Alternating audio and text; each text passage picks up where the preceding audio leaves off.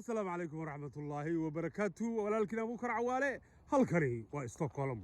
wararka naga soo gaaraya xaafadaha Soomaalidu degto ee Hista, Shista, Akala, Husby, Rinkibina waxay sheegayaan in aabayaashii wanaagsanaa ay saaka u kala hayaan private tuitionka, meelaha swimmingka, quraankii, dugsiyadii, hadhowna ay carruurtooda ay soo marsiin doonaan moolasha sida ay ka mid tahay Shista Gallery oo ay meelahaas kala soo qadayn doonaan waqti fiican carruurtooda iyo faamiladooda la soo qaadan doonaan. Adayaan salaamayna aabayaashaas wayna mahadsan yihiin sida ay reerahooda u dhaqanayaan.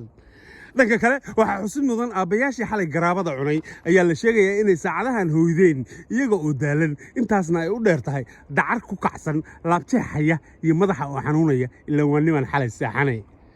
abayaashaas waxaanu ku leenahay fadlan adiga ayaa xalay ciin daaqay hakadeedin carruurta waan garan karayaa waana ogahay waana soo maray haddaayoo kale waxaad ku waalataa adigoo xaaska ku leh naa iga aamusa carruurta naa daahaas iga xir tv-ga iga gaabiya madaxa xanuunaya laabjeex baa haya xalay oo dhan baad ciin daaqaysay adaa intaba isku riday.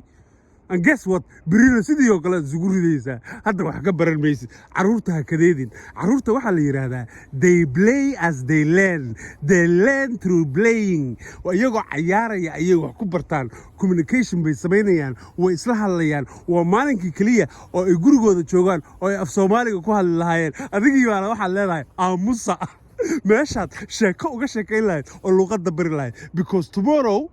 Monday marka la gaaro subaxii waxay u kala hayaan school Swedish oo good morning taxamike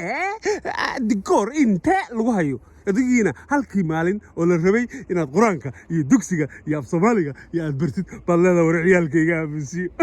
waray leeyma ilma reeyalo ma idin uleeyaa si walba waxa idinku sheegay aad baa idin salaamay ra'iis Sweden waxaan leeyahay I'm sorry kulan bulsho ma qaban doono arintaasi aan halkaan u imid laakiin waa ku mahadsantihiin fariimihiina heydo aan taxamike